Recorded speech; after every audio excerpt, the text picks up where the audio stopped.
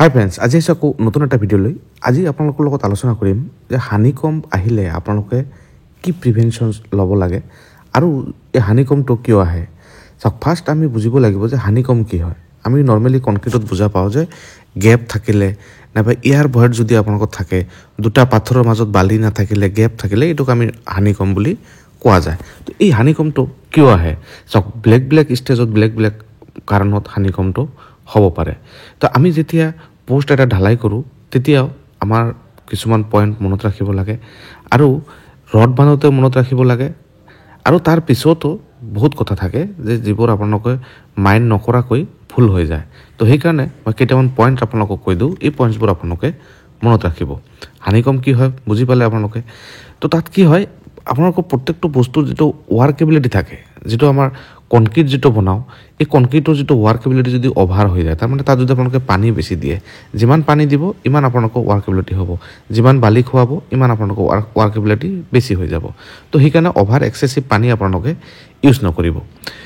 তো তাৰপিছত যেতিয়া আপোনালোকে কনক্ৰিটটো ঢালাই কৰিব, মই সদায় কৈ থাকোঁ যে 1.5 মিটাৰ ওপৰৰ পৰা আপোনালোকে মেক্সিমাম আপোনালোকে 1.5 মিটাৰ ওপৰৰ পৰা পেলাব পাৰে, তাৰ ওপৰত আপোনালোকে নাযাব।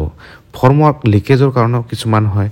এগ্ৰিগেটটো যদি ডাঙৰ এগ্ৰিগেট চবকেইটা ইউজ কৰে তেতিয়াও হয়। ষ্টিল যদি আপোনালোকে ভালকৈ নাবান্ধে, ৰডটো যদি ভালকৈ নাবান্ধে, যিটো স্পেচিঙত থাকে ছেম স্পেচিঙত যদি আপোনালোকে বান্ধি নিদিয়ে, তেতিয়াও এইটো প্ৰব্লেম দেখা যায়। আপোনালোকে যদি স্মল চাইজৰ পাথৰ আৰু ডাঙৰ চাইজৰ পাথৰ যদি মিক্স কৰি নিদিয়ে, একেলগে ঢালাই কৰি নিদিয়ে, তথাপি এনেকুৱা ধৰণৰ প্ৰব্লেমবোৰ আপোনালোকে দেখা যায়। আৰু এটাতে প্ৰব্লেম হয়, যদি আপোনালোকে অভাৰ ভাইব্ৰেট কৰি দিয়ে তেতিয়াও এনেকুৱা ধৰণৰ প্ৰব্লেমবোৰ আহিব পাৰে। ভাইব্ৰেট মাৰিব, কিন্তু এটা লিমিটত মাৰিব, যাতে ভিতৰৰ মছলাবোৰ ওলাই কিনে বাহিৰত গুচি নাযায়। আৰু যদি ভাইব্ৰেট মৰা সময়ত দেখিলে যে ডাঙৰ বাবুলছ আহি আছে, ভিতৰৰ পৰা বতাহৰ নিচিনা ওলাই আহি আছে, তেতিয়া আপোনালোকে আৰু ভাইব্ৰেট মাৰিব নালাগে, কাৰণ তাত নহ'লে হানিকম্ব ওলোৱাৰ চান্স বহুতখিনি বাঢ়ি যায়।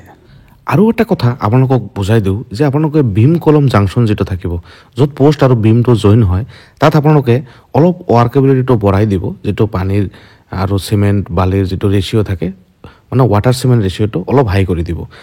তেতিয়াহ'লে তাত ভিতৰে মছলাবোৰ সোমাব, তাত গেপ ওলোৱাৰ চান্সেছ বহুত কমি যায়।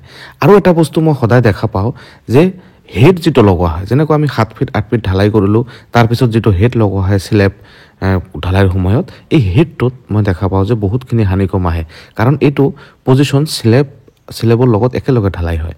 তো সেইটো কাৰণে তাৰ লিকেজবোৰ টোটেলি আপোনালোকে পেক কৰিব আৰু ওপৰৰ পৰা ঢালাইটো ভালকৈ মাৰিব, ভাইব্ৰেশ্যন ভালকৈ মাৰি দিব, তেতিয়া এনেকুৱা ধৰণৰ প্ৰব্লেমবোৰ আপোনালোকে দেখা নাপায়। আৰু তাত ওলন কৰিব পাহৰি নাযাব, যিটো প্লাম বম ইউজ কৰা হয়, নহ'লে কিছুমান জেগাত দেখা যায় হেডটো বেকা হৈ যায়।